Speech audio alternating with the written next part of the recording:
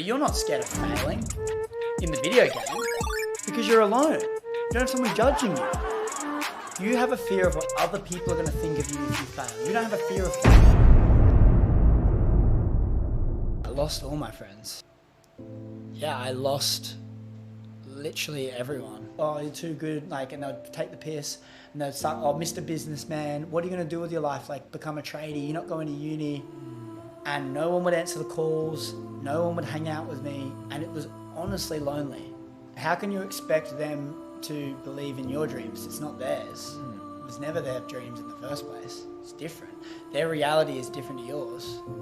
What they see through their lens is different to yours. Yeah. So you can't blame them, but you just go, okay, maybe I understand that you don't get it, but at the same time, quite honestly, like, you're probably not the right friend for me because we're on a different path. I'm not better than you, you're not better than me. We're just different. You know that what you're going on, the path you're going on is unique and it's destined for greatness, and you understand that not everyone can do this path. If my mission is to help change millions of lives, the only way I can do that is through social media. So let's get posting.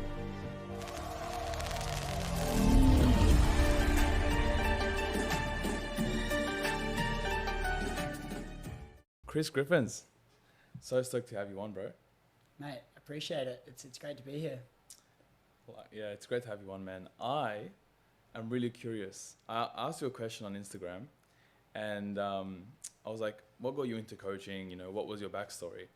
And you told me that it all happened, or at least all started, during a pivotal moment in your life. And I want to go straight into it, if that's cool with you. 18 years old, and you started a biz venture. Can you tell me more about that? Yeah, well, I think it's funny. I've spoken about it a couple of times on podcasts, and it's really interesting, but I think it's really important to have that context of the start of the story. And yes, the first real venture, proper venture, started at 18. And it was when I had just moved to Sydney, but I think it's important to backstep just a little bit. So I was in my final year of school. I was basically just running a bit of a muck. I was, I was not like the most invested into my schooling and my education. And all this focus and motivation just switched from being this cool kid in school to this business guy literally overnight, alongside with my best friend, Sam. He wasn't my best friend at the time, but we just started getting really close. And anyway, I was cleaning cars on the outside of my schooling. So I was basically literally doing a mobile car detailing business on outside of school. So after school, I would go and clean cars at people's houses, and I'd put like a little A-frame at the front of the street, and hopefully that other people on that street saw some young lad cleaning a car and would book me as well on the same day.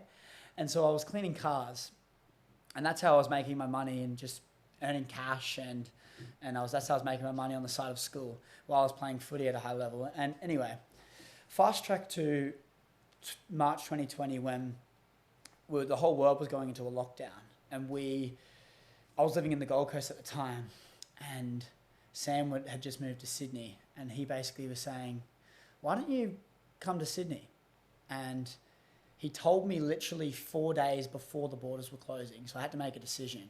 And my girlfriend had just broken up with me, football had just got postponed for 4 months, and I just got let redundant from a sales job I was doing straight after school. And I was like, what do I have to lose? Let's do it. So within 3 days, I'd packed up all my belongings, filled up my old Subaru, and I was crossing the borders to go back to drive down to Sydney. Now, when I was packing my Subaru, I was packing up my belongings, and I thought, how about I, just in case, I bring a bucket, a sponge, and a vacuum. Just in case I need to clean some cars. I don't think I'm going to clean cars again, but just in case, because I feel like it'll be a good thing to have, just have a vacuum that I took from my mum and have a bucket and a sponge and some soap. Let's just bring it in the back of the car. Nothing to lose. And then what that turned into was, okay, I actually need to clean some cars. I couldn't get any government support or anything like that. So I did a little write-up, and I put it in the mailboxes of the affluent areas around me. saying, hey, I'm this young lad, I had a photo of my face and I want to clean some cars. And anyway, I got that write-up and I put it in the local buy swap sell page, and I posted a little photo of the A5 and had a controversial quote in that A5, and it basically said, in a nutshell, I'm in the vast minority of millennials that are willing to in fact work for their livelihood as opposed to simply taking government support, and because everyone was just getting the ScoMo handout at the time. And I wasn't even a millennial, I'm a Gen Z, I didn't even know what I was talking about, but it went viral on the page, hate, like backing me up, boom, boom, boom, boom, boom.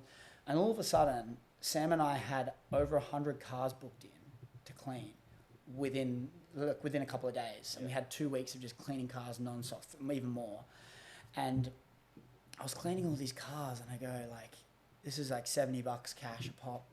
Cleaning all these cars and upselling them as well, like these little quick waxes and stuff. And we're doing this cars. I was like, how can I service all this demand but not do all the work? Typical thinking, right? And so I thought of this. We were learning a lot about software at the time and SaaS, this business model of software as a service subscription. I'm like, how about I created this app just like Airbnb that connected car cleaners with people that want to get their car cleaned. And all of our clients could pay on a subscription each month. And then based on the frequency that they wanted their car cleaned, they could just pay accordingly. Great idea. And so we started this thing called WoWo Washing. And it was exactly that. And we after 4 months of operating this car cleaning, which was before the software was built, we had then got investors on board. We had raised all this money and we got this business and advisory firm on board to help us with the financial side. And we had gone to the races with this business that we thought this next big idea, and obviously got pitched these investors and got all this money. And what we learned from that was like to really get to a proof of concept phase before doing that. We rushed into it and we were young and we were naive, but you know, the lessons we learned in that business were extremely invaluable. They were so amazing. But how many months right after you moved did you start WoWo? We started WoWo after I moved. It was about maybe 4 or 5 months. Right, okay. Yeah, and then did you go straight to investors? So after 4 months of operation with WoWo, we then raised $80,000 from some investors that we had networked and met, which is private equity. And we had raised that money, and then we went through this proof of concept phase. We had cleaners on the road, and the whole model was like, if someone booked on our website, which was eventually going to be an app, it would then they could then have our cleaners, it would assign them to the closest cleaner to their car, their house, and then basically it would come up with that cleaner's calendar. They could find a time when they booked in, it would then send and paid, it would then send a calendar invite to the cleaner and a calendar invite to the client, and then the cleaner would then go to the client's house, clean the car. It was mobile, and that was the workflow. And we were doing this and like giving it our absolute all, and you know, bang, bang, bang, bang, bang, just trying so hard. And it got to a point where we knew there was a lot of flaws in this business, and we had given it a red hot crack, but at the end of the day, there was flaws in this business model that meant it wasn't going to work, especially the way that we wanted it to. And so then that was when, and this is what I said to you, was the hardest conversation to date was then we had to then go and sit in front of those investors as two 18-year-olds and tell them that this business that we thought was going to be massive is not going to work. We have to hang up the boots. And that was an extremely hard conversation for two 18-year-olds to go through. Not to mention the business didn't work, but we had nothing else to fall on. Yeah. We had nothing to do. We didn't know how to keep a roof over our head. We were young. We were in lockdown. We didn't even know what the world was going to do. We had all these ideas, goals, ambition, but we had nothing in that moment. And this was a really, really lost period for us, where we had, let's just safe to say, extremely stressed walks around this golf course near our house, and a lot of alone time, a lot of thinking to do, and a lot of reflection to do. And yeah, and that was a really challenging time of our life for sure. Yeah. What was going through your head before you went up and actually spoke to them? Well, we knew it was coming. because we knew that things weren't working. And in a sense, Sam and I were actually hiding the inevitable from each other too.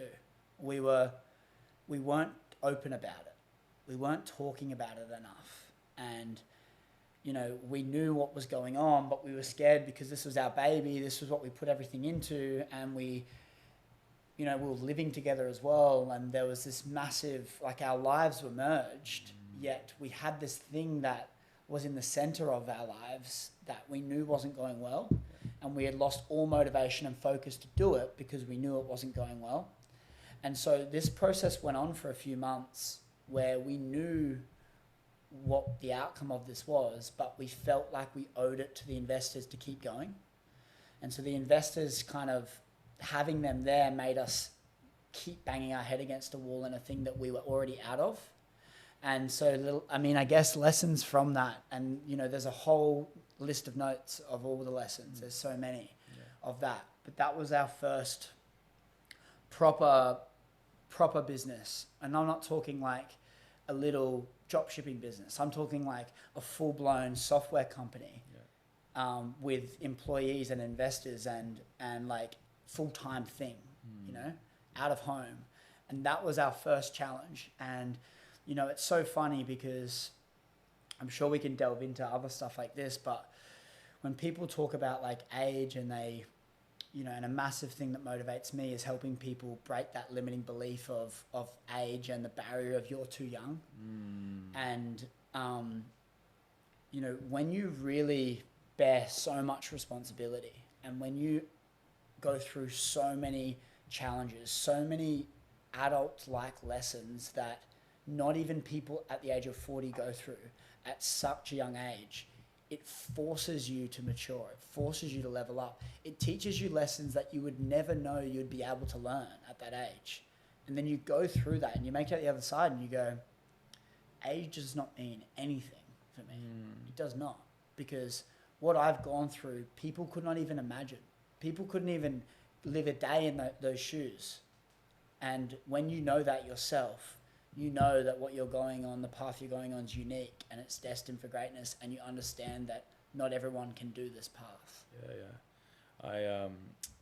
I've traveled across New South Wales speaking to young men under the age of 18, and that exact barrier is so common.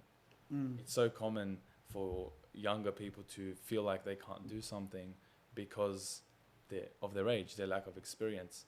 When you were in that situation where there was such a big objective in front of you, what was like the one thing that kept you going? What was the one thing that allowed you to keep going regardless of how difficult it got? I think there's a couple of things, right? There can be pain that motivates you and there can be pleasure. And a lot of the time there's a mixture of both. But the pain, a lot of the time, always pushes you more than the pleasure does. There's a study, and it's about, they tracked how fast a mouse was running. I'm not sure if you've heard about this. Yeah. They tracked how fast a mouse was running when they had some cheese in front of it. And the cheese kept going at the same distance as the mouse. And they tracked how fast the mouse ran. And then they did another experiment where they put a cat behind the mouse and the cheese in front. And the mouse ran, I can't remember how much further, but so much faster than it did without the mouse cat behind it. Yeah. Because it's running away from pain as opposed to just simply chasing the pleasure. So for me, I think if I didn't have something underlying that was pushing me, running away from that pain, there was no way that you're going to be able to push through because the pleasure isn't worth it enough. Right. But for me, I think there's so many things in my childhood and my upbringing that I don't want my kids to go through. There's certain things that I want from my current family that I see that they're going through certain challenges that I don't want them to have. And I feel like a responsibility for me to make them live the life that they deserve to live. Yeah. I've been blessed to be able to get to a position where I am because of them a lot of the time, and I've got to be appreciative of that, and I owe it to them. And so that is pushing me so much. When I see heaps of relationships get tarnished due to certain financial struggles in a family, like I don't want that to happen. It shouldn't ruin when the financial burden is hanging on people's heads. It ruins a lot of other things in their life. So I want to be able to make money to be able to help them. Yeah. But then when you look at the pleasure side of things and go, I want my future family to be blessed. I want to be able to do everything that I want in my life. I want to be able to, it's all the same things, but I want to be able to do what I want, when I want, with whoever I want, wherever I want. And I need to be able to unlock that. And so those are the drivers. And so when I look at that, I go, okay, mate, like you're going through a little bit of pain, but the pain for the rest of your life, if you don't keep going, is going to be far worse than what you're going through right now. So keep going. If you don't mind me asking, what are some of the things where your family have faced where you don't want to happen in your future family? Divorce. And when you strip back the reason as to why, and you actually strip down, it might be, like the surface level thing might be, he never spent enough time with me because he wouldn't spend enough quality time with me and the kids. Okay, why not? Oh, because he was always at work. Why was he working? So he could make money. Why was he making money? So he could look after the family. But then if he's doing all of that to look after the family, but by doing so he's not spending enough time to work on building those amazing relationships, then there's no family.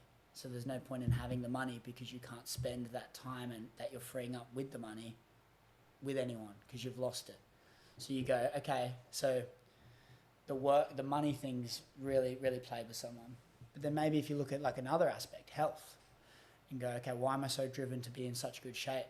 So I can be a role model to the people that look up to me because I can't take anyone seriously that's not in good shape. So why would I expect someone to take me seriously if I'm not in good shape?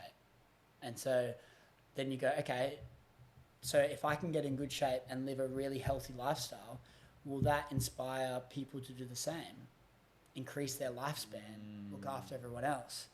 Yeah, that's it. Okay, people in my family aren't that healthy.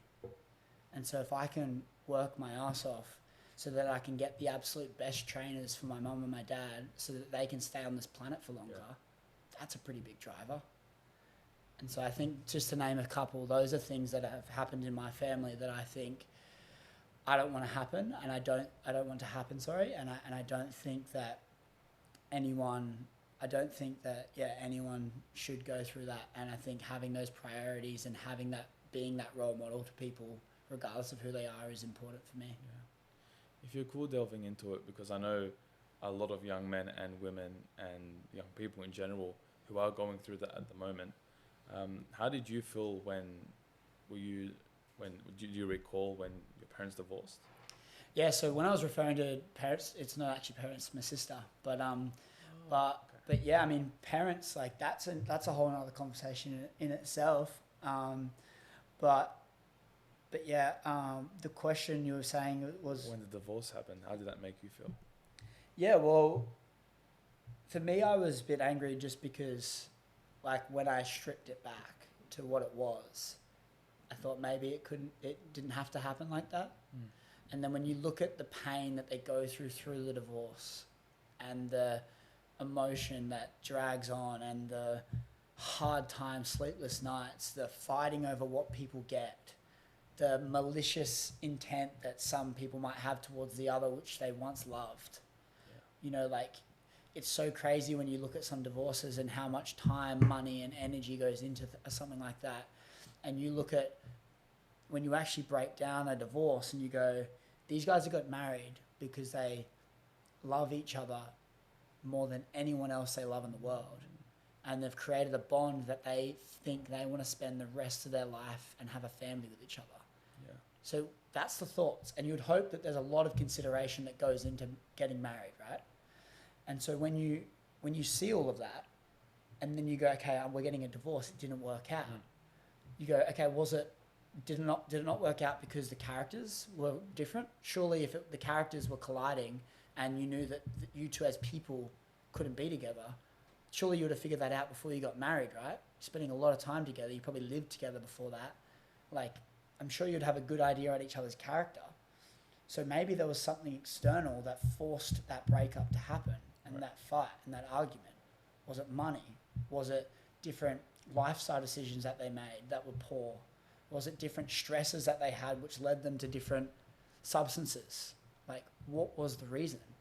Right. And for me, I wanted to unpack that when I saw someone in my family go through it. And I found that it was spending not enough quality time with the family and that vicious loop of trying to make money for the family, but by doing so, you're ruining it. So by me educating myself in business and entrepreneurship and figuring out a way to actually not trade the time for the money and more importantly, figure out, like, understand that money is just it's a transactional commodity, and understand that it's a value exchange, and knowing that it's not about charging per hour and how many hours spent means how much money you make. It's more about how much value can I provide, and by doing so I can put a figure on it, and it doesn't matter how long it takes to deliver that service. It matters about the value, and the person buying it sees the value in purchasing it. And when you understand that, you go, okay, I don't have to tarnish my family just to earn money. I have to upskill in business and understand how money works. And by doing so, I can make more for less time, freeing up that time for my family. Right. Yeah. You, I think that one specific concept, that I think for me in my life hasn't just freed up time, it's freed up, I guess, perspective, mental space to see the world in a way that allows me to make decisions that are more informed. And I think that's what I'm seeing as well, where you look now, I'm seeing you someone who's seeing money as a basically in a creative way, in a way where you can, what's the best system I can create, what's the best product I can create to give the most value to people. What is that now for you? Are you talking about in terms of business? Yeah. Or yeah, I think it's interesting, man. Like, I'm not going to sit here and say that I have made all this money in business, because to be honest, I haven't. I have, like, I mean, it's all relative, right? But like, I have gone all in on business, and not just like, I could have made more money somewhere else, but I've gone all in on trying to solve really big problems and do really big businesses. Yeah. Like the WoWo one wasn't a little business. It's not like something that I just wanted to tick away at. I wanted it to be a massive, massive business. And if it wasn't going to be that, then I was going to pack up shop and move on to something new.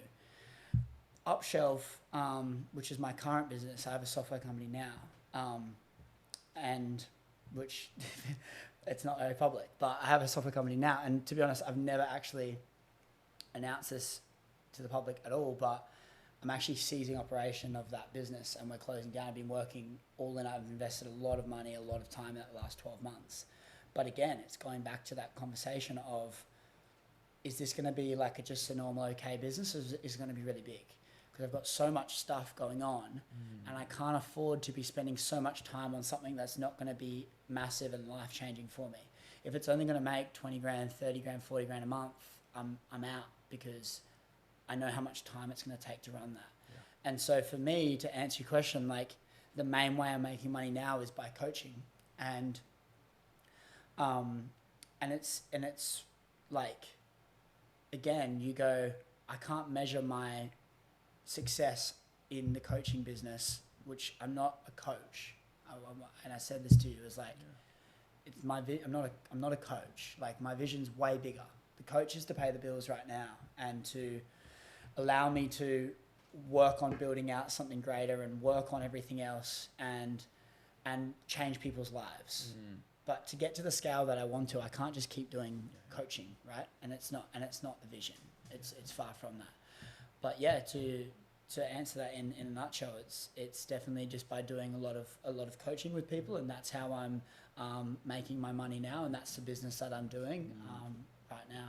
Yeah, and I see the value exchange. I mean, we talked about it before we started, and it is ultimately about allowing the person who comes to you to achieve the desired outcome as soon as possible, and the results you shared with me are pretty cool.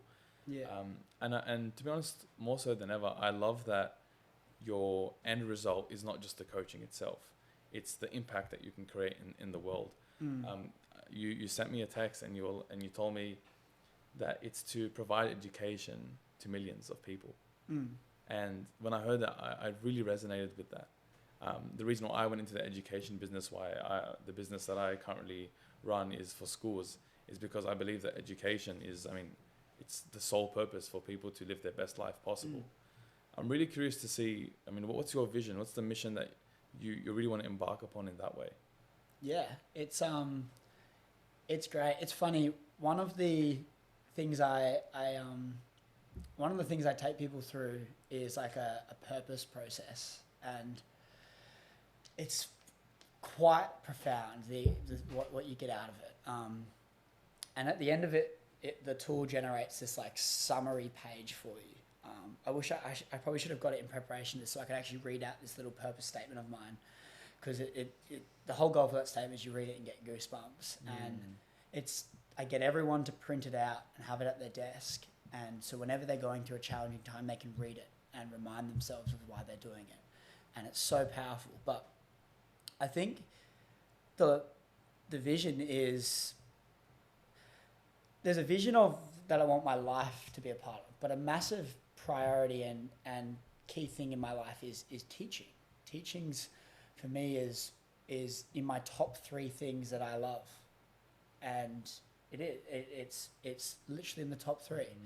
And so when you reflect on it, you go like, what specifically in teaching? I don't like teaching history, and so like it's a bit more specific than that. So I'm not gonna be, if I'm not interested in teaching history, I'm a lot of the time not really as interested in learning history either, because a lot of the time the stuff I'm learning is so I can learn it and then teach it, so I can offload it. And so it's like more specifically in the areas of personal empowerment and wealth building. And so if I can, and health, to be honest. And so like if I can learn in personal empowerment, wealth building and health, and then be able to share my wisdom and teach that's what I want. And so for me, it's being able to make people live the life that they want to, be able to help people that feel lost on their path, gain clarity in their life, get really inspired, and honestly live the life that they want to live. And so to do that, when you actually look at how you're going to do that, is the first thing is they got to get really clear on what they want, and get really clear on what they want in their life. And then once we do that, there's a goal and there's the things that they want to achieve. Then we can figure out what are their good nuggets of gold in their life. What are the things that make them tick? Now, once we've found that, if we can build a life around that, that's personal empowerment. That's inspiring. And we build a life around that. And then off the back of that, we can talk about the wealth creation aspect. So then you can live that ideal life that you want. And to answer your question about the vision for it is like, I want to take people on that whole journey, and I don't want to just be a coach. I want to be someone that people are inspired by, people look towards, people look up to. I'm a very known name, and I want to be someone up there, writes books that helps people, that can post content and really change millions of lives around the world.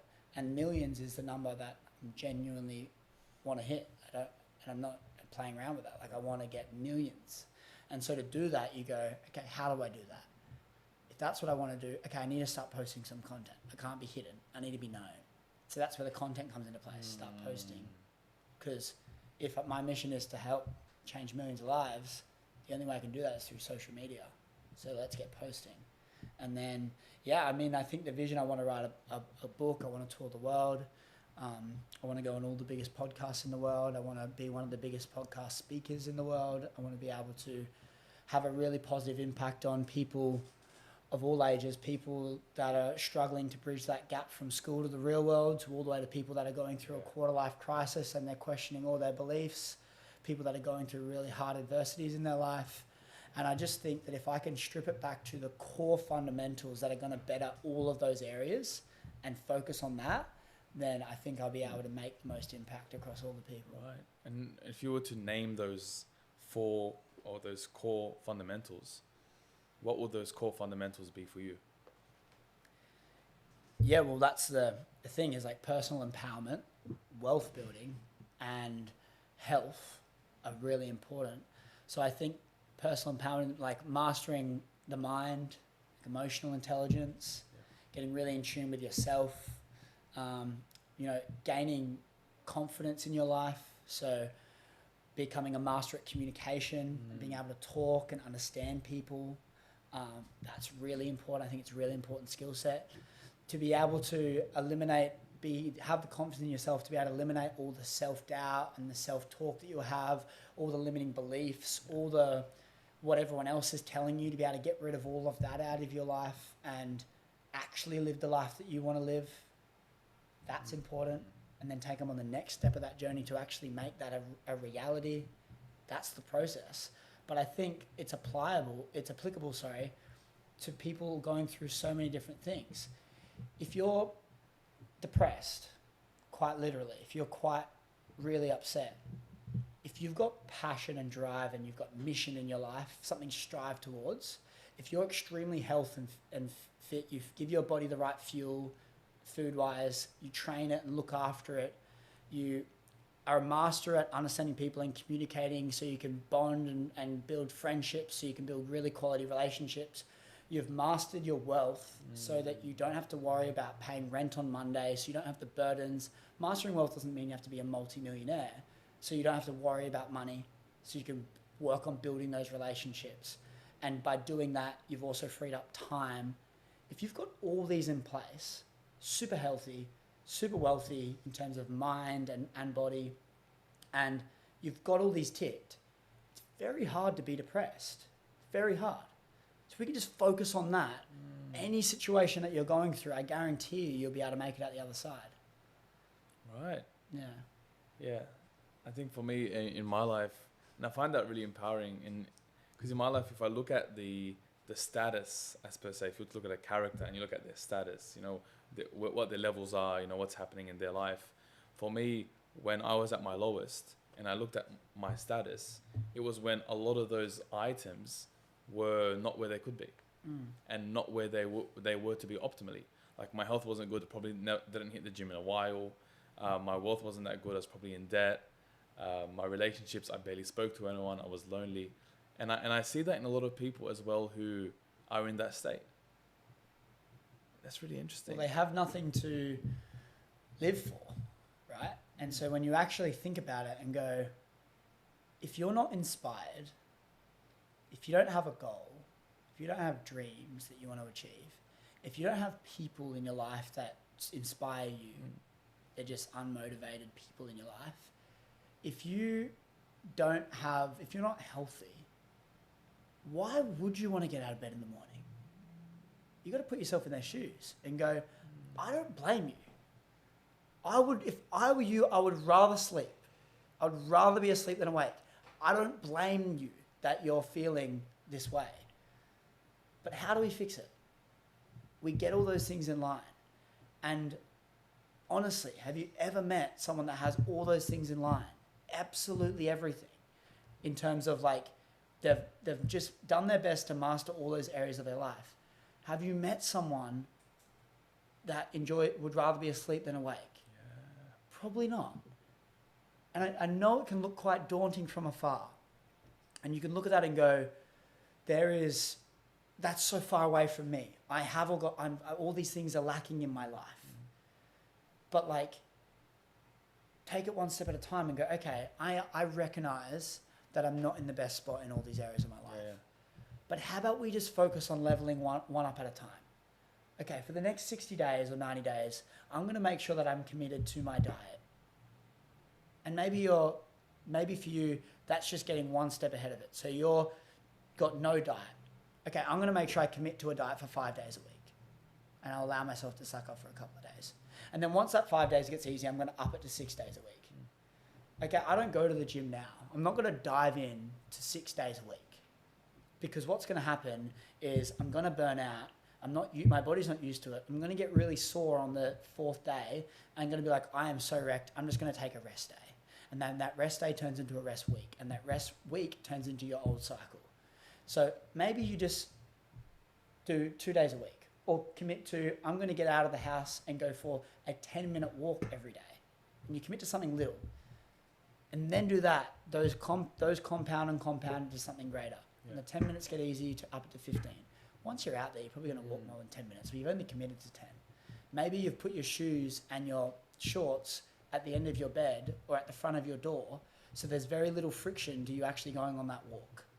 because it's already out there. All you need to do is just put the shoes on. They're laid out there.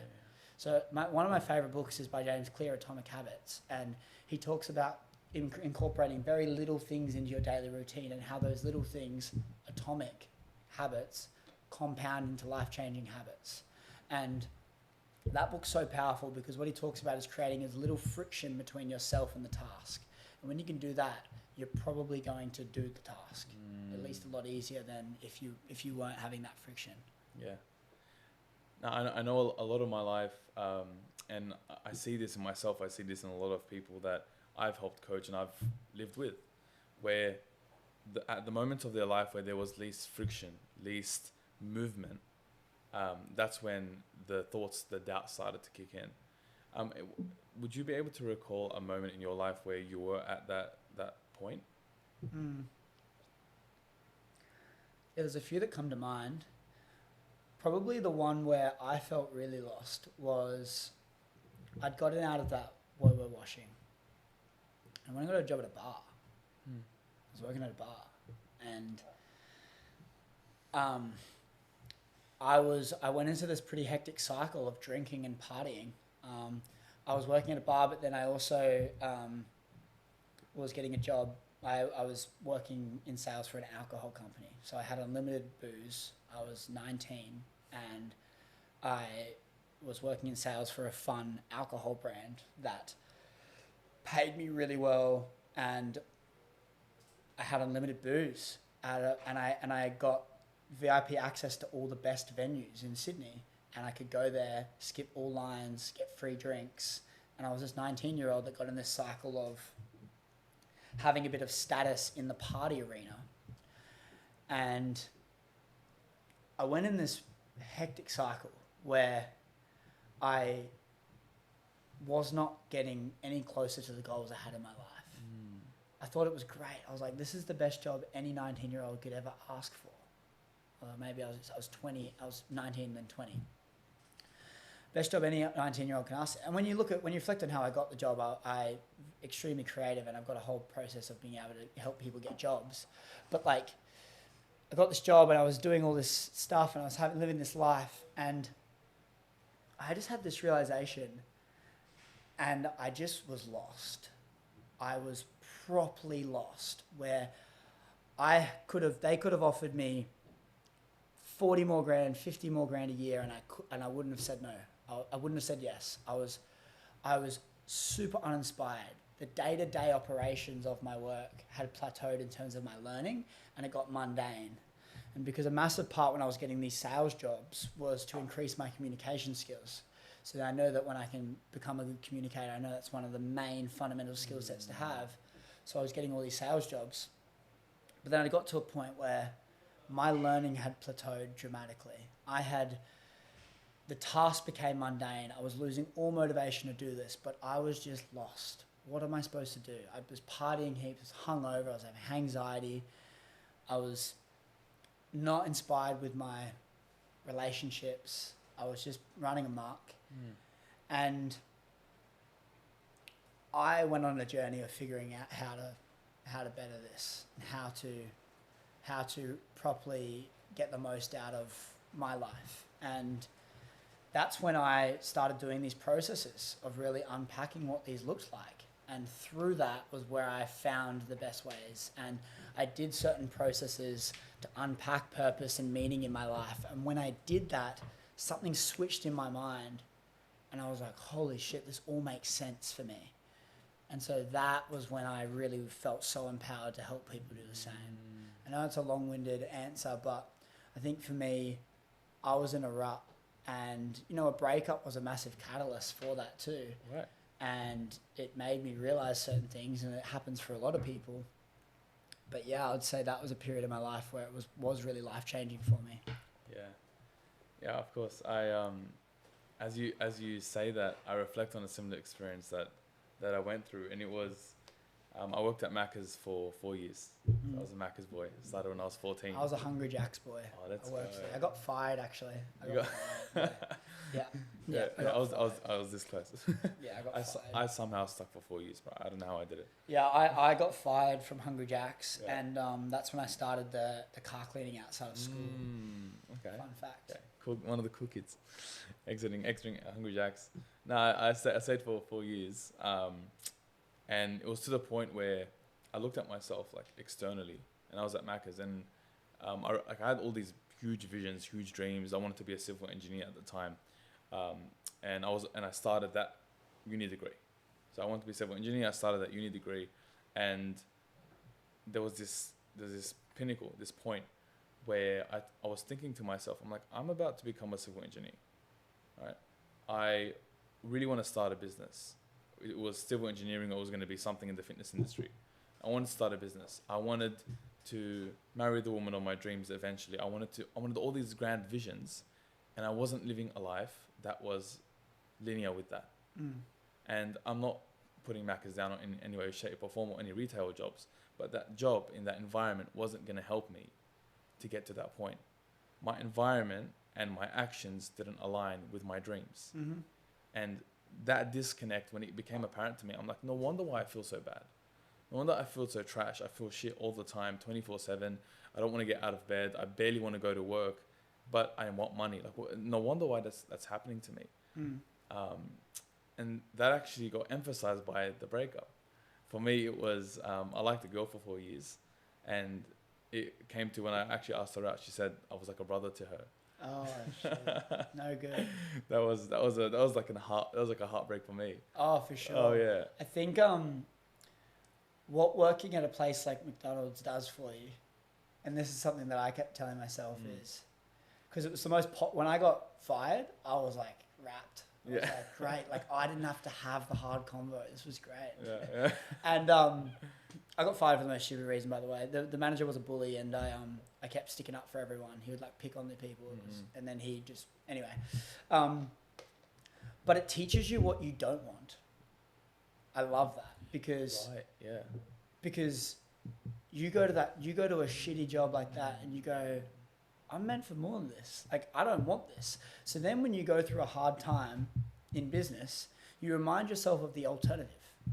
And that's with every job. When you're an entrepreneur, you can't really stay in a job for very long, because all you're thinking about is, how can I make enough money to get out of this job? And so it teaches you what you don't want, so that then when the hard times come in business, which are inevitable, they're a whole lot easier to go through. Because then you go, fuck, well, what's the alternative? What's the alternative to going through this hard time? Go back and get a job for a boss that bosses me around, that hates me, tells me what to do, that I don't want to get out of bed in the morning. The feeling I had on that last month of that sales job I had, where I would rather be sleeping quite literally than getting out of bed. Or do I just push through this hard time a little bit more in business? Do I just make it work?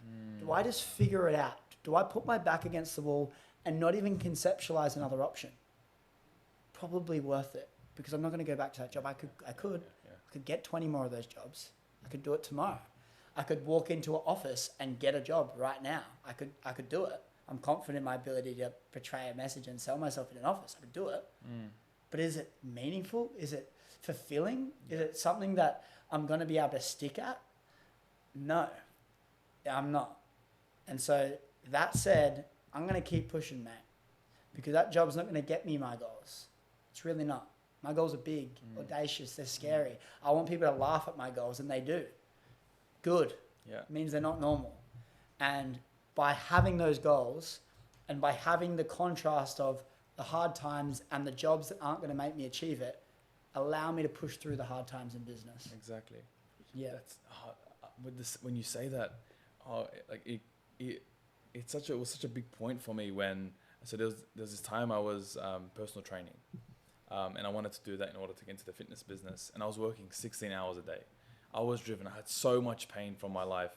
One, from that heartbreak that I had, and it was like just months after. I'm like, are you kidding me? You're telling me a girl will tell me that I'm like her brother after me liking her for 4 years, and I gave her all these gifts and all that kind of stuff. Now, obviously, the communication aspect was really important, which is why that's a huge pillar. But that was a big pain point, and the other pain points were all the jobs that I didn't want to go to. And I worked so hard so like 16 hours a day, every single day from Monday to Sunday. And when I finally said in front of my group of trainers that one day I want to impact 1 million people directly, they all laughed. Yeah. Yeah. And I remember that moment so precisely. And I remember feeling this sense of just anger. I'm like, I just became so vulnerable and shared my deepest, most vulnerable dreams, my passion. And I just got laughed at. And I remember thinking to myself, I'm like, they don't get it. Yeah. I'm like, they don't get it.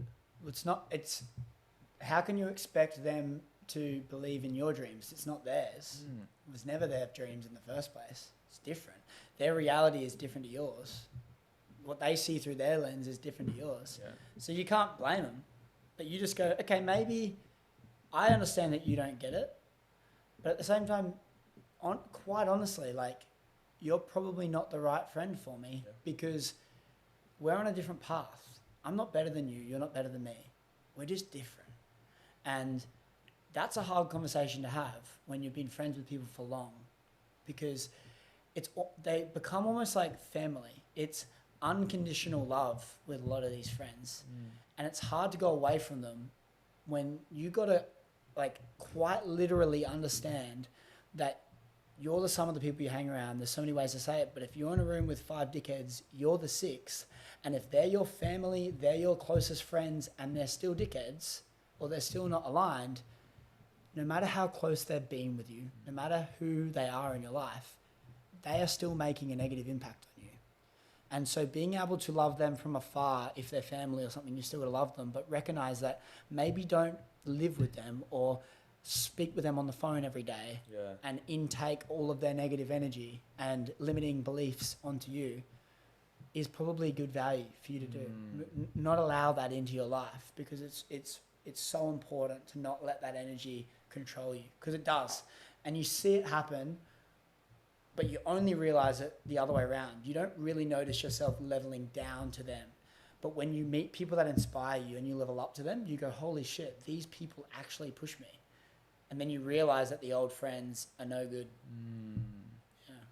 You mentioned a few times that when you first started your business career and you really went out into starting this new thing, creating this new thing, putting all your passion, your energy into it, that you lost a lot of friends.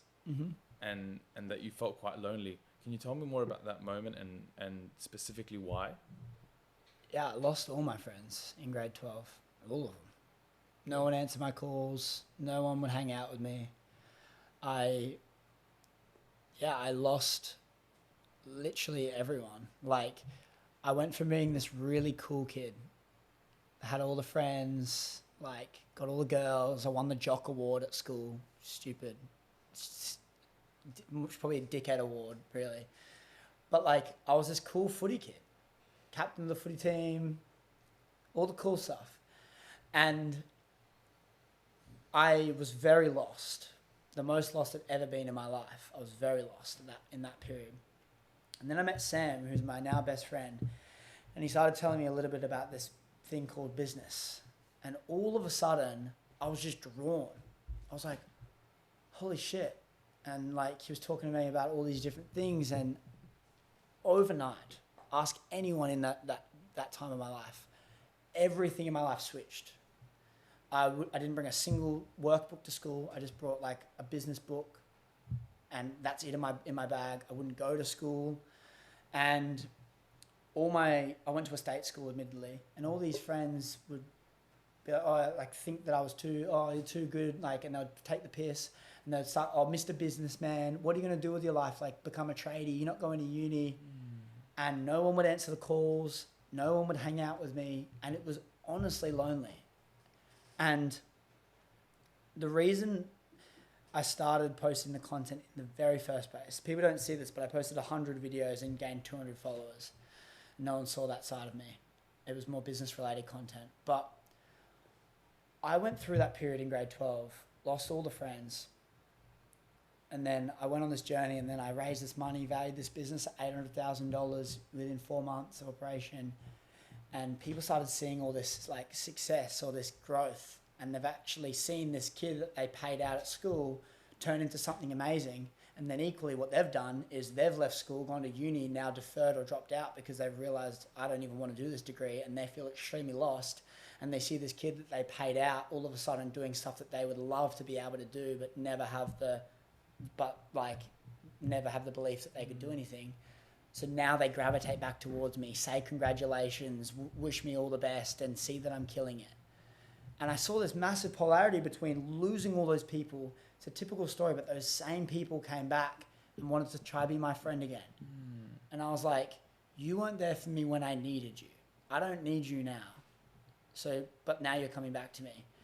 And I just felt that leap that I took in high school was the most challenging thing for me, because I could have easily just gone back to those friends and hung out with them, but I took the hard route and lost them all. And then made it out the other side far better off. And I'm so grateful I went through that hard time, but there would be so many people that were in my same shoes, but just couldn't deal with that loneliness and that hard time. And they just would have gone back to those old friends. They just would have gone back. I don't blame them. It's comfortable. It's easy. If I didn't move to another whole state, I might have fallen, caved in. Who knows? But I didn't. But I wanted to help people bridge that gap. That was the first thing. The thing was called Primed University, where it first started the content, and I wanted to help prime people and bridge that gap from school to the real world, put them in their best foot forward. And I wanted to help people do that. And that's probably what a lot of the message you guys do as well. But I really wanted to help people go through that time in their life. And that was like the biggest thing for me, to help people go through. Yeah. Yeah. And so it's actually really cool to hear that story. It's cool to see that there was a lot of loneliness. There was a lot of hardship. There was a desire to overcome a very difficult position in your life.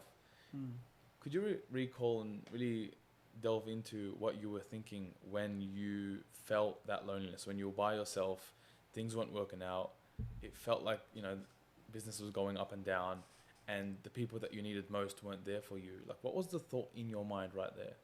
It's all going to be worth it. It's going to take time, but it's all going to be worth it. I think I had this shakable confidence that everything's going to be okay. I'm going to thrive. I've already achieved this. Time is just catching up.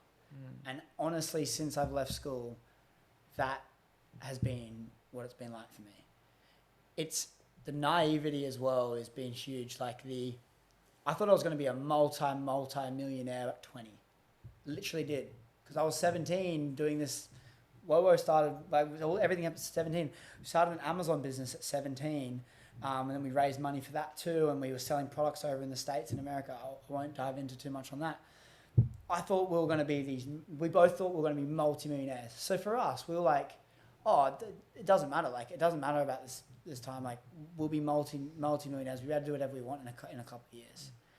And then it humbled us. The journey humbled us. Don't get me wrong. Humbled us dramatically. And then we actually realized that, okay, maybe it will take a little bit more time, but it's never been a concept in my mind about it's going to take time, because I think me not having that is what's made me push so much and try so much big audacious things, which is where I've grown the most. If I didn't skip 40 steps in the business arena and just threw myself in the deep end, I wouldn't be where I am. I actually wouldn't, because when you throw yourself into that far of a deep end, I'm not talking about starting a coaching business. I'm not talking about starting an e-com business or an agency business. I'm talking about getting investors on board and trying to solve a massive problem with software. Not knowing I still don't know much. I don't know any code. We outsourced it all. And so I'm talking about real deep end shit, multi-million-dollar exits in a few years is what we were going for, right? If I didn't throw myself that far into the deep end, I don't think I'd be where I am in terms of my mindset, my ability to communicate, my confidence in the business arena. I just don't think I'd be where I am. And so I'm very blessed to have done that. But at the same time, I wouldn't recommend the path I did to everyone else. But I'm very blessed and I can't live in any regret. but equally it has humbled me, the journey, in the sense that, okay, things are going to take time. I'm not putting time frames on anything. I'm going to go balls to the wall. I'm going to put my back into the wall and give it up my absolute all. But I know that if I don't win this business, I'm going to learn. Like if I look at Upshell, for example, as we spoke about my current business, I've been doing that for 12 months and I have grown immensely in the business arena, like in a way that's unquantifiable. You couldn't do 10 MBAs and learn the amount that I've learned in the last 12 months. Oh, yeah. You couldn't do it. And so I look at that and go, it's not a failure. It's far from a failure. I am far from, okay, I've spent a bit of money, everything I own and time, but cool. I'm 21. Let's roll into something new. That's cool. Yeah. I've now got 3 big businesses under my belt. That's reps, baby. That's a lot of lessons.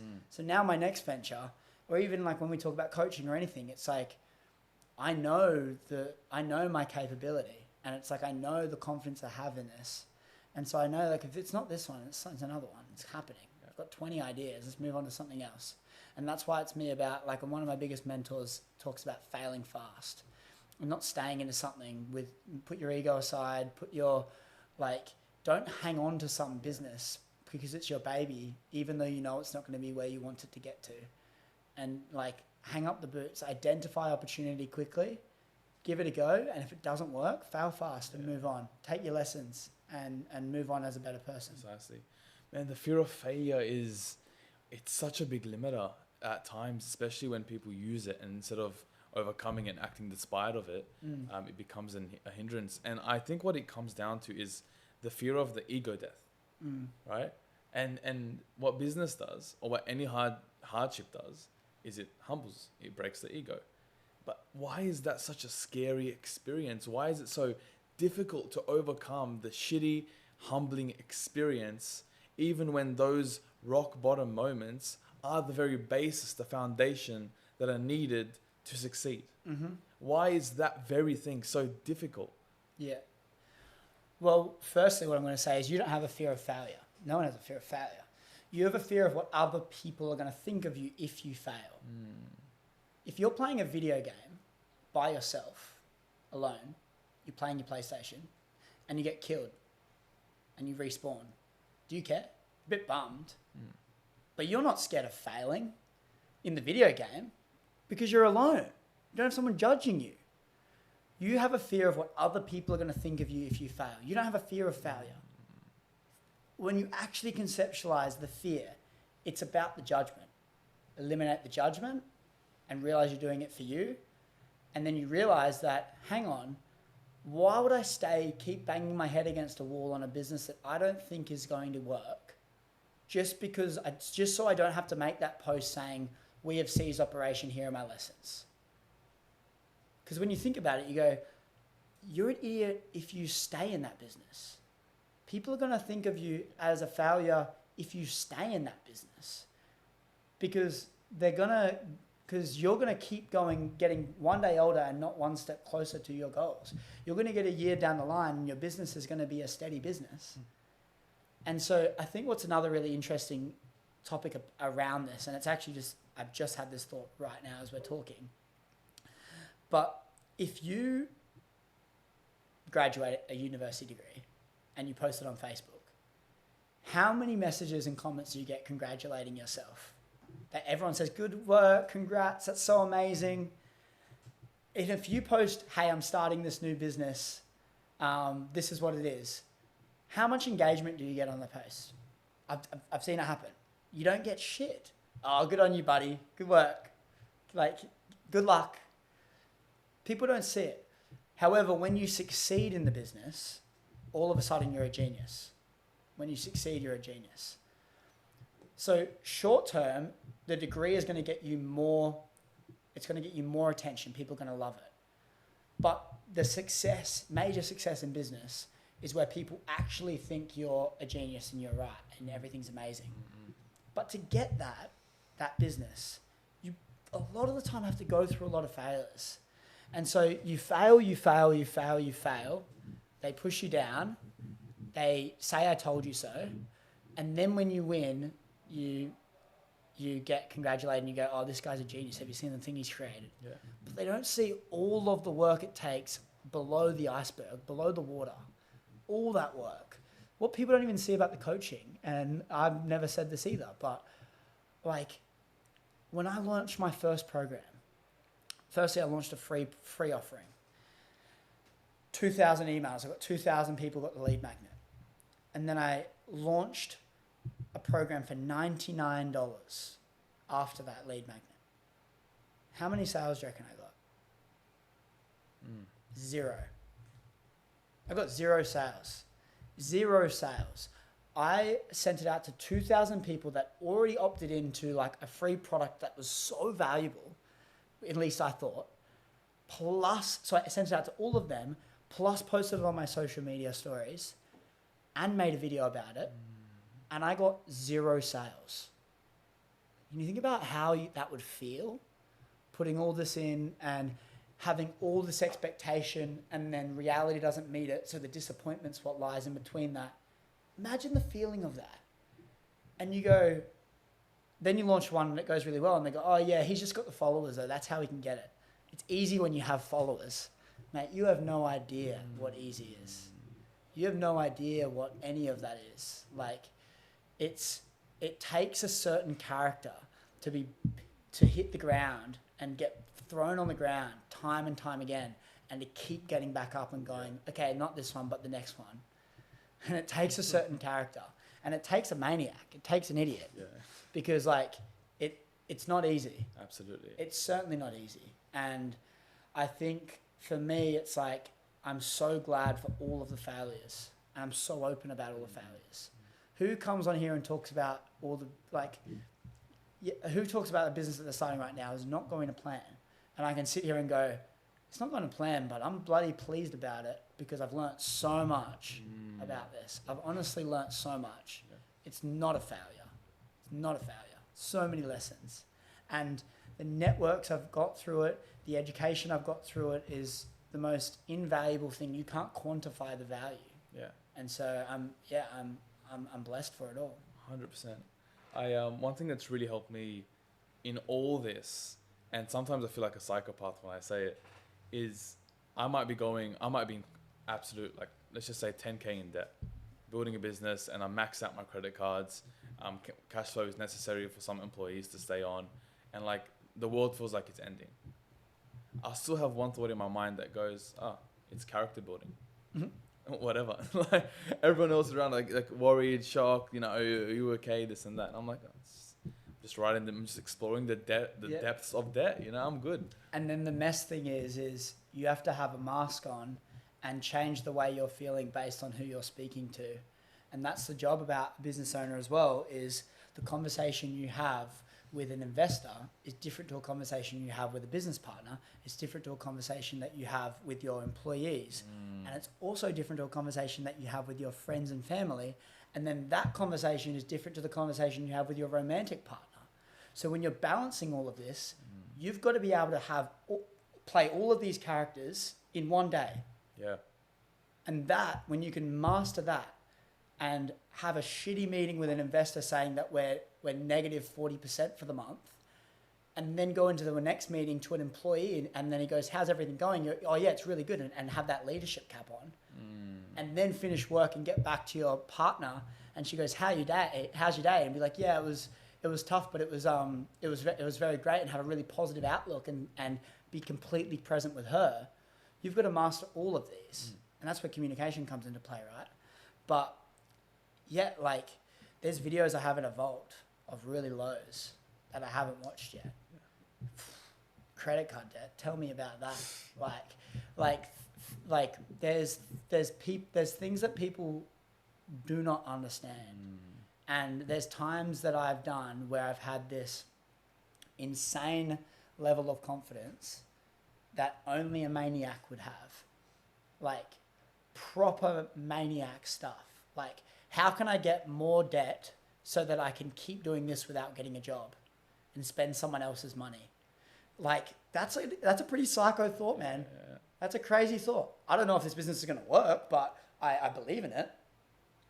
And then you go out and then you have to go out in public, and when people like see you doing all this stuff and they go, oh, you're killing it. And you've just got to say, yeah, thanks, man. Appreciate it.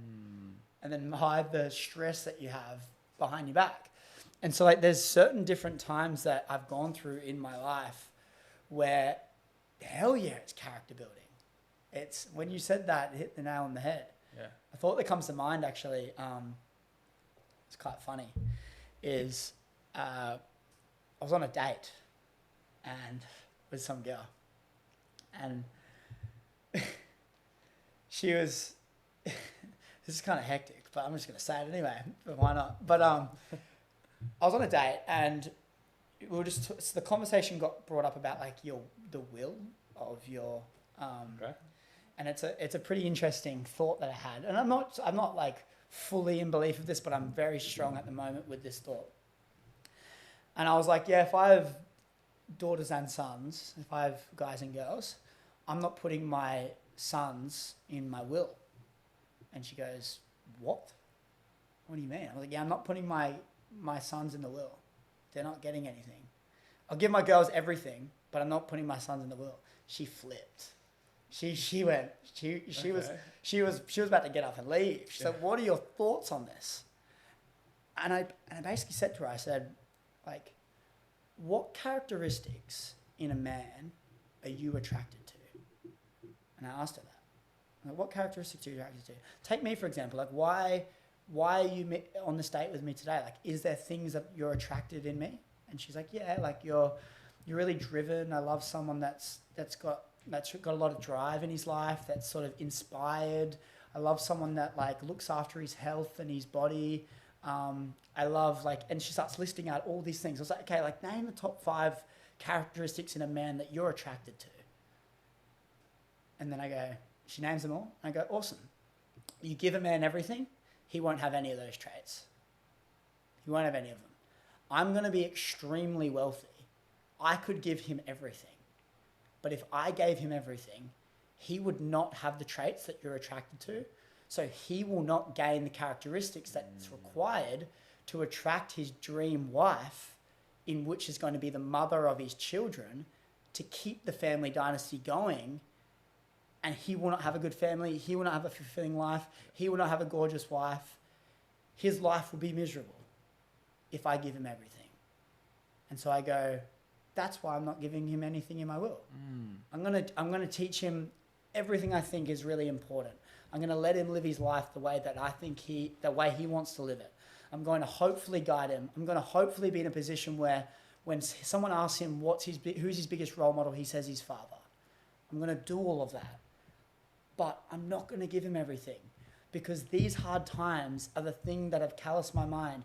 These hard times that I've gone through in my life have made me who I am today, a person who I am proud of, a person who is going to attract a really high level woman in my life. And if I got given everything, there's no way I would have the drive that she's attracted to. If I didn't experience unhealthy things, and if I didn't experience the impact a healthy life has on me, I wouldn't have that as a priority in my life. I wouldn't be fit and healthy. I wouldn't look after my body. So then the people that are attracted to those, they're not going to have it. If I didn't experience hard work and wealth in my life, or been exposed to it, or lack thereof, I wouldn't have the motivation to achieve all the wealth, which is going to provide for my family, which is what that dream girl is attracted to. So I won't be able to attract that person. So looks ain't going to cut it. I can marry a really gorgeous wife and produce really amazing looking kids, but looks isn't going to cut it to keep this family power master house going for generations to come. An inspiration snowball that's going to stand the test of time. For me to do that, I think not giving my kids everything. You can create amazing women, give them everything. You honestly can. You can create, if you think about the characteristics in a girl that you want, you can give them everything and they can still have those, in my opinion. You can't do that with a man. Right. And so to talk about character building, the journey is what builds that. So that's so interesting. Yeah, when I look at that, I resonate so much with that. And for me, I tend to separate from man and woman and put it more on masculine, feminine. And men are biologically way more masculine than women by nature. And the trait of the masculine is resistance needs to take place for growth, for growth to occur. Resistance needs to take place. And ego, the fear of judgment, can prevent me from wanting to go after discomfort, from seeking discomfort, from becoming the best version of myself. And the other part is being given it. So why would I have to go and get it? Like for me, I moved 6 different schools before I even entered high school. Yeah. Yeah. In primary, I was that chubby little kid with a rock star haircut that my mom said looked beautiful and no one else agreed with. I had a missing tooth that I broke on a rock. My nose kept bleeding because of like my weight and my blood pressure. I had a scoliosis, so I was like chubbed around a bit. And like, that was horror for me. It was torture for me at the time. No woman, like no girl liked me, and my parents were going through financial difficulties. They had to move all those times, which is why I moved schools. And I personally wouldn't want to wish, as per se, those hard times on people, the hard times I went through. However, those hard times are the reason why I'm here today. I took the shit. I took the burden on my shoulders, the rocks that I was carrying, put it on my feet, and stood taller as a result. It was the difficulties that allowed me to stand taller and say, I went through that. I experienced that. I went through the hardest part of my life and said, you know what? Fuck it. I'm going to use this to now boost myself as a foundation to never go back. To never go back on. Heroes and villains have the same backstory. Pain. The villain says, the world hurt me, I'll hurt it back. The hero says, the world hurt me, I'm not going to let anyone else get hurt by it. Heroes use pain, villains are used by it. So when you think about that, it's a great quote from Alex Hormozy. It's the way you look at what you've been dealt. And you can look at it as a positive or a negative, and you literally can with everything. And so when I heard that quote from Alex Hormozy, it really hit me, because it's so true. And I think there's another thing about, like, you need, like, the yin and yang, like, you need to go through the hard times for the good times to even be good. Because if there's nothing to compare it to, the good is just normal. Yep. And that's just facts. If you look at a really wealthy family that's given their kids absolutely everything, their whole upbringing, and your friend is in that family, and he picks you up in his $200,000 Mercedes, and he picks you up in this car, and you got in, you go, oh, nice car, man. And he goes, yeah, it's all right. What do you mean it's all right? What the fuck do you mean? You're driving a $200,000 Mercedes. He has nothing to compare it to. He hasn't drove the old shitbox. So then when he gets in it, he goes, it's all right. It's his normal. You need to go through those hard times to make the good times great. The hard times is what make the good times so special. And when you understand that, you can go through those hard times easier, because then you go, man, this is going to make the highs even higher. I can sit at rock bottom and go, holy shit, the feeling that I'm going to be at has just gotten a whole lot better. It has just gotten a whole lot better. And no one will get that if they haven't gone through the hard times. The appreciation that you have when you've gone through the shit and you've made it out of the mud is a whole new type of appreciation than someone that's just been given everything. Now, admittedly, when I say I'm not going to give my kids everything, they're not going to go through the same troubles I've been through. They're not going to go through financial struggles. They're just not. They're not going to go through struggles that I've been through. I would hope that they're not going to go through different parenting struggles with divorce and breakups and have to go through that, because I'd hope that I can make sure I cherish that relationship and build a bond with my partner that will last a lifetime, and work as a team and create something that's 1 + 1 = 3. I would hope that that's where it's at. In fact, I'm very confident that I'm very critical with the people I have in my life, and I'd hope that that's the case. So the struggles that they're going to go through is different, but I'm certainly not going to give them everything. They need to earn it. They need to learn the principles of it. It's not about making them freak out about, like, certain things. It's not about them having to go through shit that I wouldn't wish on my worst enemies. but it's about just not giving them everything and trying to allow them to create their own reality in their life and what they want to live and make them figure out, not try and steer them in their own particular path. Give them the fundamental education that they'll need to be able to thrive in absolutely everything, and then hopefully they can build something special from that. Yeah. Man, seeking those shitty experiences is the shit. Like, it's the very thing that I initially wanted to avoid, which is the thing now that I enjoy going through. It's so weird that if I learn to love the shitty experiences, I know that eventually, if those shitty experiences are what build me, I'll just get to the destination eventually. It's like the man who loves walking more than the man who loves the destination. If the walking is the shitty experience, it's the waking up early and doing hard work when I don't feel like it, as per se. If I consistently fall in love with that process, then I probably will get there anyway. Yeah. It's, I don't like the shitty experiences. You just got to see the good. You got to focus on what you can control.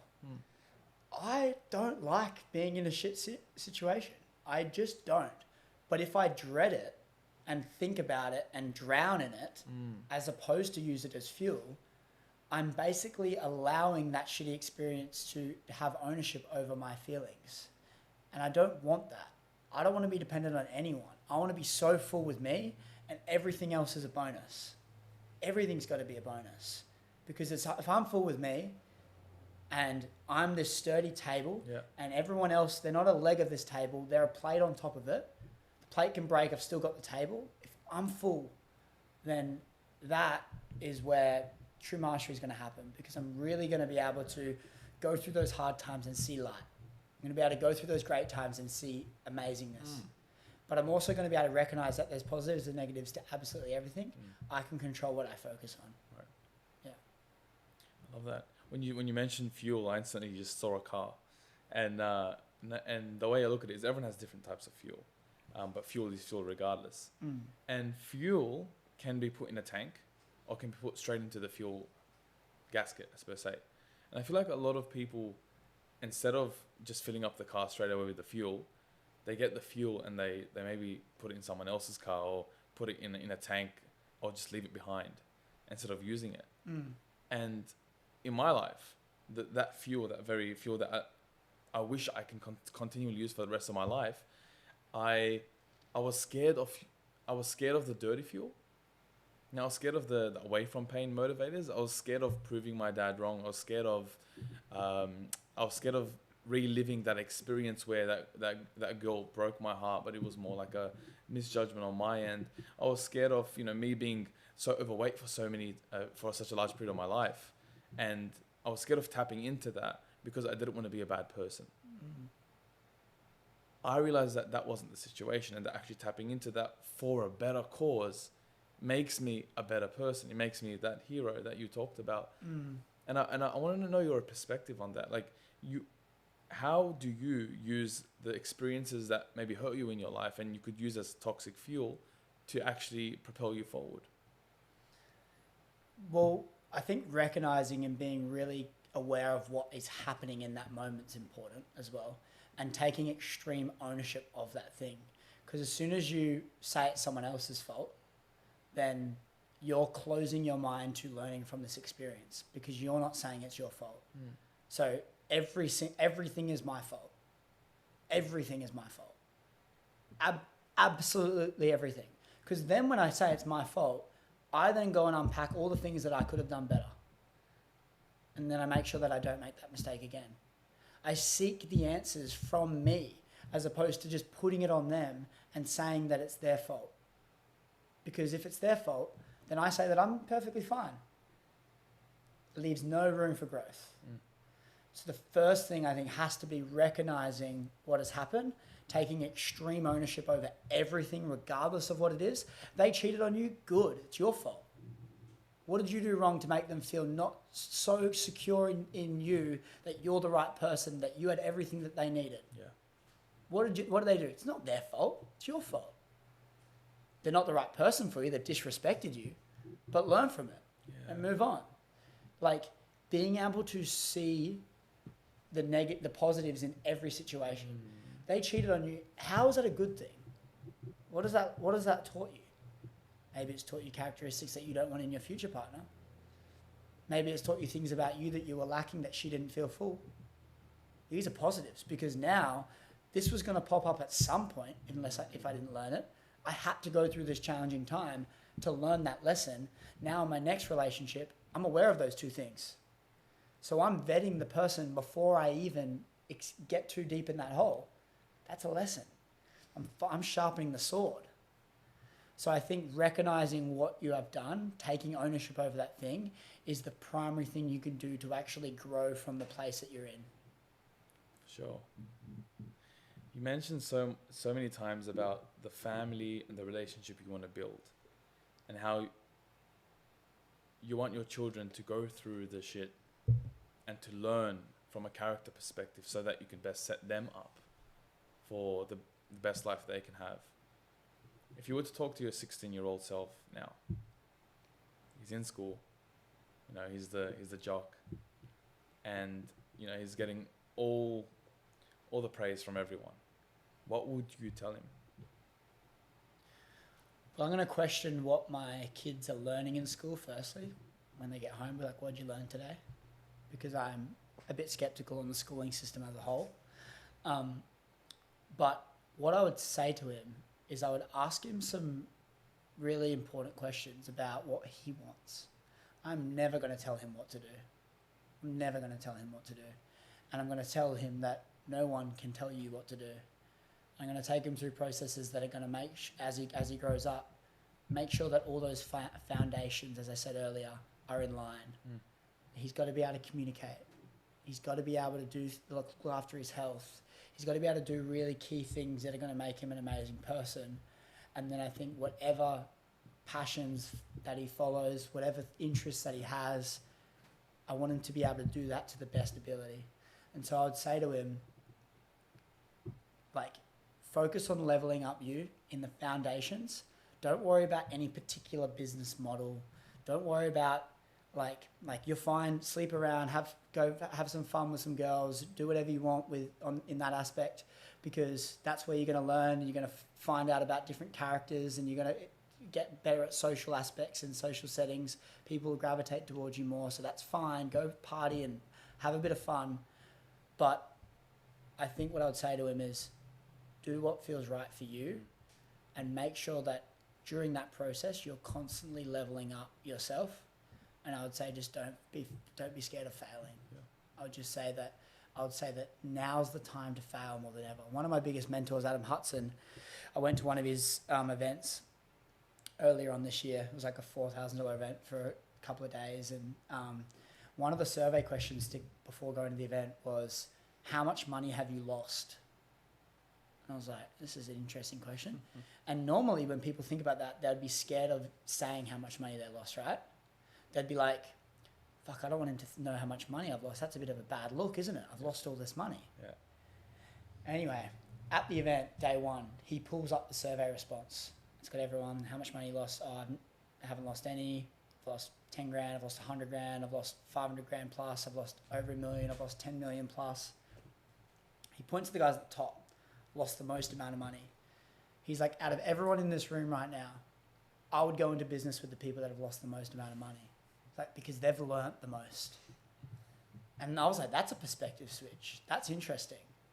Being able to take those losses and know that you're growing from those things because you've had the balls to move on from that loss. You haven't stuck that stupid little business out. You've got in, you've spent money, you've onboarded the risk, you've given it a red hot crack, which is in the top 1% already because no one's got the balls to do that.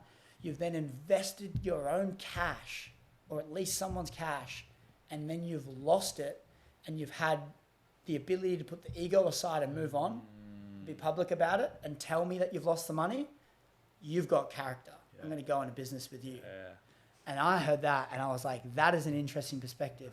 Be proud of the losses as long as you can back up why it didn't work. Yeah.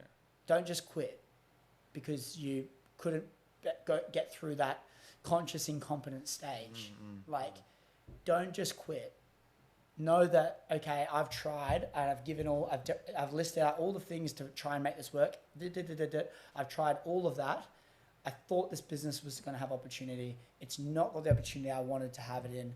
I don't see myself being at the other side of this because of X, Y, and Z. It's time I hung up the boots, and here's why. The right people will look at that and go, good on you, man. The next one's going to work, and if not, one of them's bound to. And so that's my thoughts on it. That completely changes the dynamic of becoming a loser. Yeah, well, it's you're not losing.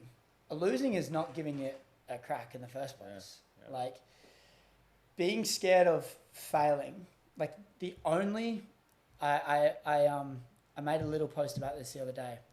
The only downside of me trying is the potential of me failing. It's the only downside of me trying, that I could potentially fail. But the ultimate failure is never trying in the first place. It is never trying in the first place. Living in that life of what if as opposed to oh well. Imagine having that burden play in your mind of what if I did this? I should have done this. I could have done this. That's a way bigger burden that plays on your mind as opposed to saying, oh well, I gave it a crack. The biggest failure is never trying at all. Having zero level of significance in your life. Imagine having no level of significance in your life, just hiding in the crowd, not giving anything a crack, knowing that you want all these things, but there's this mask of limiting beliefs and self-doubt all covered in front of you. So then you just say to yourself, oh, I'm not going to be able to achieve that, so I'm never going to try and get it. Imagine living in that level of knowing you want something, but you are so drenched with limiting beliefs that you are never going to even try. That's an uninspiring, unfulfilling life. And I don't think anyone deserves to do that. They just need a little bit of guidance to overcome those beliefs and overcome those thoughts. Yeah. Talk about overcoming and getting somewhere. On your Insta, it says, I help people who feel lost on their path, gain clarity, get inspired, and live the life they want. What do you think is the one thing right now in your life that's maybe you have to overcome to fully flesh that out? It's a great question. The thing in my life that I think I've got to overcome is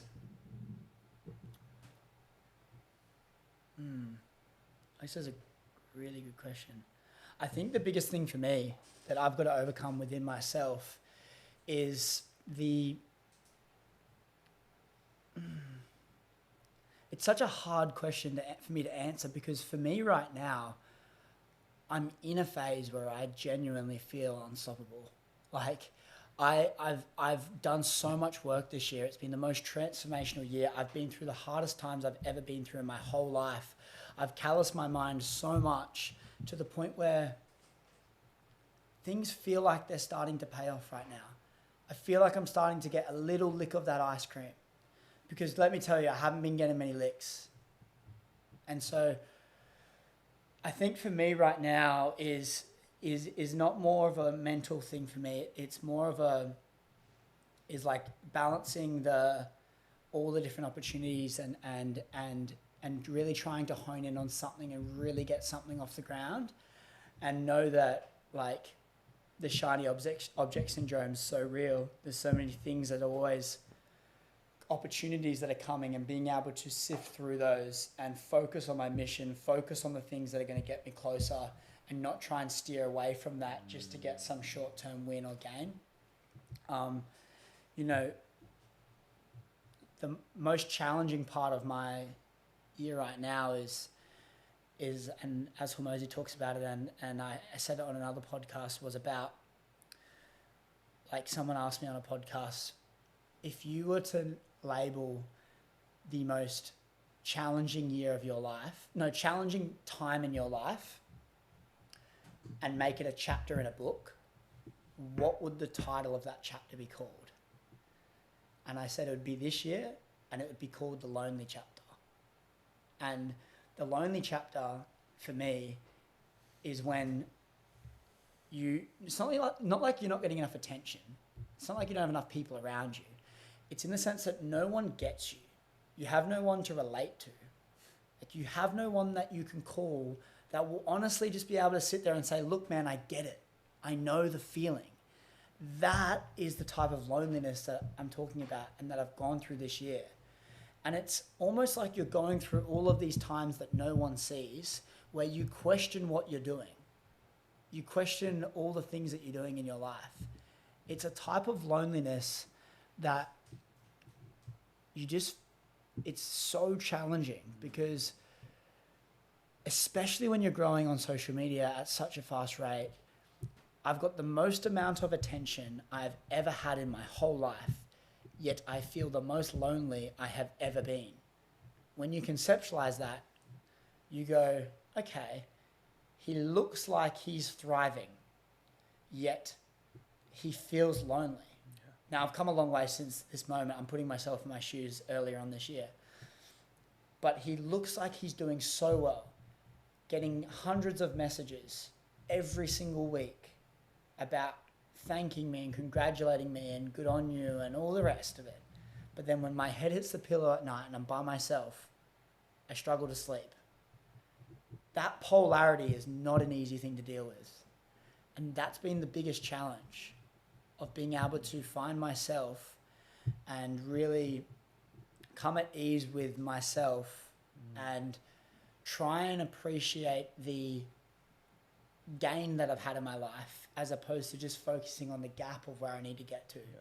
Being able to appreciate how far I've come to help slingshot me forward to where I need to go. And riding that roller coaster is been a journey, that's for sure. And this is more of a selfish question from a brother to a brother. What got you out of that? I'm certainly not fully out of it, to be honest, because it's very hard to find people that you can relate to on the journey like this. It can be very isolating. But I found when you are with people that are really inspiring, that they inspire you to better a certain area of your life, things start to change. And also, like, once all the bases are covered, like, you're not worried about rent, you're not worried about paying bills and making sure you can afford all the really healthy and high quality food that you want. Once they're covered, you'll be surprised at how much stress gets off your shoulders, because when you're worried about basic living things like keeping a roof over your head, your creativity is stripped away from you. It's very hard to be creative. I've dealt with it. And so just getting that, like, is the most rewarding thing, because you can take this big breath and just go, wow, okay, I've got a few weeks. I'm good. And the funny thing is, I've been through moments where I don't know how rent's being paid on tomorrow, and like a few weeks of runway is a hectic breather for me. It's brilliant. Yeah. A few weeks. So when you have that polarity, you start to appreciate even the small things. And being in a position now where I can make a decent amount of money, help change people's lives, and be in a position that is really inspiring for me, and see all this progression in my life, which is where a lot of my happiness is tied to, being able to progress in areas of my life, you can start to get a lot of enjoyment and a lot of great feelings in your life. And that's why I said at the start of answering this question is I feel unstoppable right now. I don't care what anyone thinks. I'm in a phase where I want the tide to be rising, and I want all the boats to be rising with me. I want to level up everyone in my life as well as me. So I know that if I can focus on becoming the best version of me and set a really high standard in my life, I'm going to make sure everyone else is held to that standard too. And we can all rise together, we can grow together. And when you've got a friend group that allows you to do that, and you meet people that are all on a journey that are trying to level up their life and achieve similar common goals, fulfillment in your life and an amazing life really starts to come. And I feel like I'm slowly building that amazing thing, and I'm very proud of where it's at right now. I know Hormozy calls it the grandfather frame, and the elder frame has been used in psychology for quite a lot. It's forecasting. Right now you feel unstoppable. And it's amazing to hear that after all that, you're getting to a point where you're finally starting to taste it. What would your 80-year-old self speaking to you now say? 80-year-old self? It's interesting because I don't know the wisdom of my 80-year-old self. And what I'll be saying will be different to another 80-year-old self will be saying, because your life and your perspective is based off your experiences. And the way you live is going to dictate the way the 80-year-old self says. I want to be able to find it, if we can, I will be able to find I'm gonna be really quick with you guys, and I'm gonna find this. Is this okay if I can quickly find this for you guys? So this is the purpose statement that I wrote about. Basically, this is what I get all my clients to go through, and this is like the one for me, basically. And the thing is about this, and why this is so powerful, is because I'm going to read this and I'm probably going to get goosebumps. I've already read it today, but I get goosebumps every time, and that's how powerful this statement is. But the reason I want to read this to answer that question for you is because this is what I want my life to be. And having this vision of this life is something that I know that if I keep going on this path and each day I get one step closer to this, my 80-year-old self will look back at me and be like, good on you. Like, I'm proud of my life. I am not living in regret. I'm not thinking I should have done this. I'm proud. And so for me to be able to say what my 80-year-old self is going to say now, I don't know. But what I do know is I want to make my 80-year-old self proud of me. Yep. And I want to make him go back to me now and go, fuck, you did a lot at your age, and I'm very proud of you because you've made the rest of my 60 years from now such an amazing life. And this is where the purpose statement comes into, and it and wow, let's see if this here we go. I've got it. I'm glad I found this quick. I've got it at my disposal. Instant ammunition. So no one can really see it, but this is like a statement that my tool generates, and Okay. it's basically got like it's got like a whole summary. I can show you it after this pod. But anyway, I'm going to read you this, and I think this will really, I hope this answers the question in the best way I can think of, because this is me. My purpose is to teach personal empowerment and wealth building to people that feel lost on their path and aspiring masters of life, allowing them to unlock the lives they truly want to live.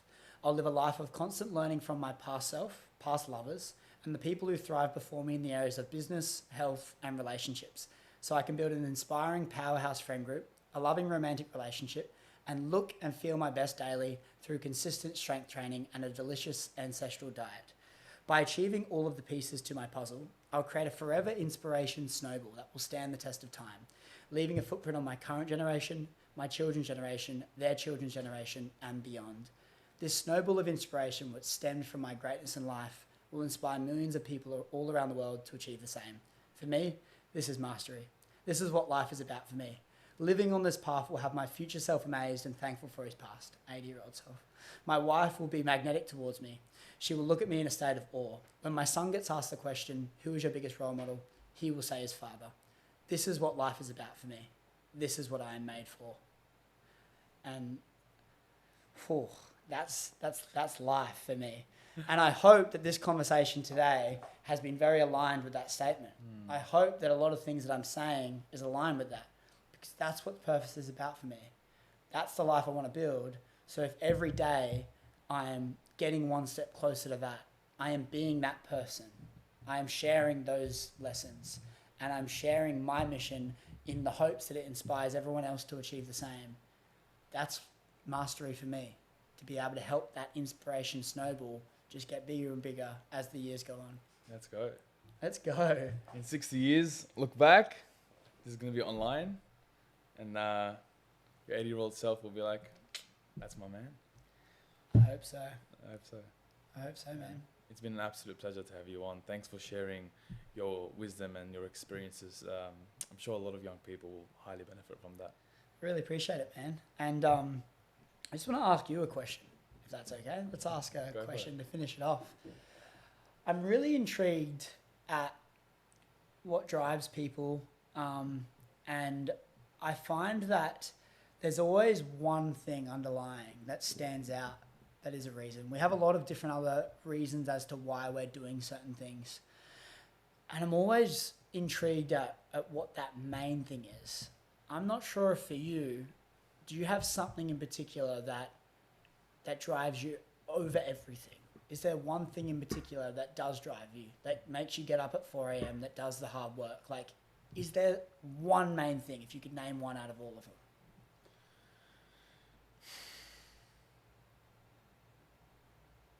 It's a good question.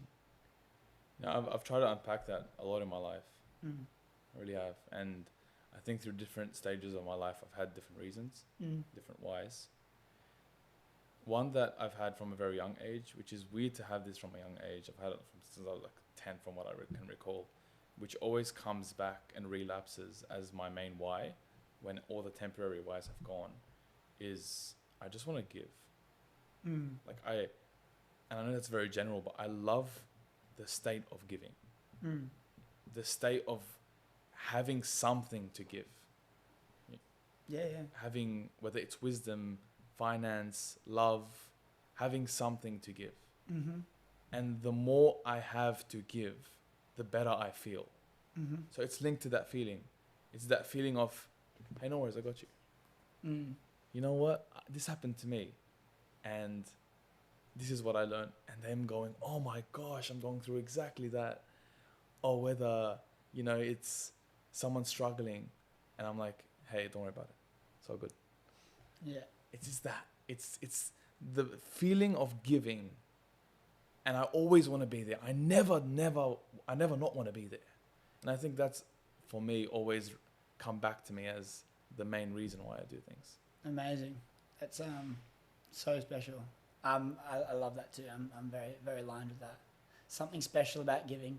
I think being a receiver is really important to the giver as well, though. You've got to be just as good as a receiver as a giver, because the person that's giving wants to give, and you need to understand that. So don't push the giving away. Appreciate the giving, because when you can not be a good receiver, you take away the feeling that the giver gets when they give. And it's a massive thing. Like, if I give a present or pay for someone's dinner and they go, no, like, no, I'm transferring you. Why did you do that? I'm like, shut up. Let me enjoy this moment. I'm not buying you this dinner because I didn't want to buy it. Yeah. I want to buy you the dinner. Appreciate me for be a good receiver from the gift, so I can enjoy this moment as well. It's funny you say that, because for me, that stopped me from creating the best friends, because usually the best friends are givers. And if I can't receive from a giver, I'll instantly cut them off. And I'm in a healing process to do exactly that, and to receive as equally as good as I give, because then the best relationships can form from that. Yeah, I think there's a lot of time there's a reason they're giving, and like, appreciate that. And what goes around comes around, and if you give, like, you will receive. And if you can openly receive gifts, people are going to be more inclined to give to you back, because they're going to remember that feeling they had when they gave to you. And if you don't appreciate the thing I get you, I'm not rushing out to get you another present, because you ruined my experience of giving. It wasn't a good experience, me giving to you, like, at all. So why would I buy again? Yeah. And so I think that's really important. If you don't mind me asking, what's driving you? What's driving me? That is what I just read. And I think it's being able to not look back in the past 12 months and be in the exact same spot. That's a fear of mine. Getting 12 months down the line and I'm still in the exact same spot. That is hectic. That is hectic. Yeah. And for me, that's being able to, the way around that is being able to have that vision, have those goals, have that life that I'm going to live, time's just catching up. Have that there and build that life around, as I said in that purpose statement, is like my purpose is to teach personal empowerment and wealth building to people that feel lost on their path and aspiring masters of life. Like, I want to help those people.